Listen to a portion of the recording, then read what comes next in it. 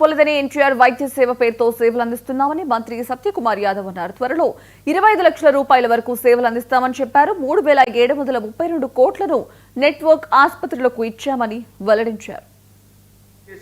రాష్ట్రంలో ఆరోగ్యశ్రీ సేవలు నిలిచిపోయాయని చెప్పి పూర్తిగా ఈ రకంగా నిలిచిపోయిన ఆరోగ్యశ్రీ సేవలు, అదేవిధంగా ఆరోగ్యశ్రీ రద్దు చేసి ప్రజలకు మరణ శాసనం రాసిన చంద్రబాబు అని కొన్ని పత్రికల్లో కొన్ని ఛానళ్లలో బురద జల్లే ప్రయత్నం చేస్తున్నారు అధ్యక్ష. ఆరోగ్యశ్రీ అనేది నిలిచిపోలేదు అధ్యక్ష. కూటమి ప్రభుత్వం అధికారంలోకి వచ్చిన తర్వాత పేరు మాత్రమే మారింది. దానికి ఎన్టీఆర్ వైద్య సేవ కూడా పేరు మార్చడం జరిగింది. అయితే దీంట్లో సేవల్లో ఎక్కడ కూడా అంతరాయం కలగలేదు. గౌరవ సభ్యులకు దృష్టి కూడా నేను తీసుకురాదలుచుకున్నాను. ఎందుకంటే ఉదాహరణ ఇస్తాను అధ్యక్ష.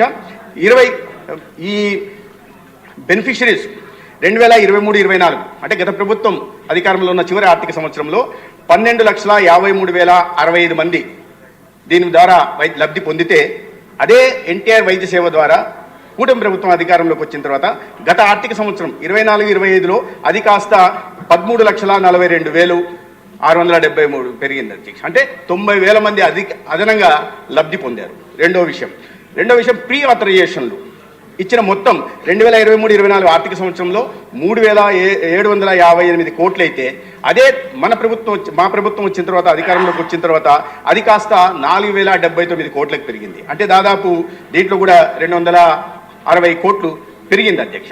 కాబట్టి ఆరోగ్య సేవలు నిలుస్తున్నాయి అని చేస్తున్న మద్యం కుంభకోణం కేసులో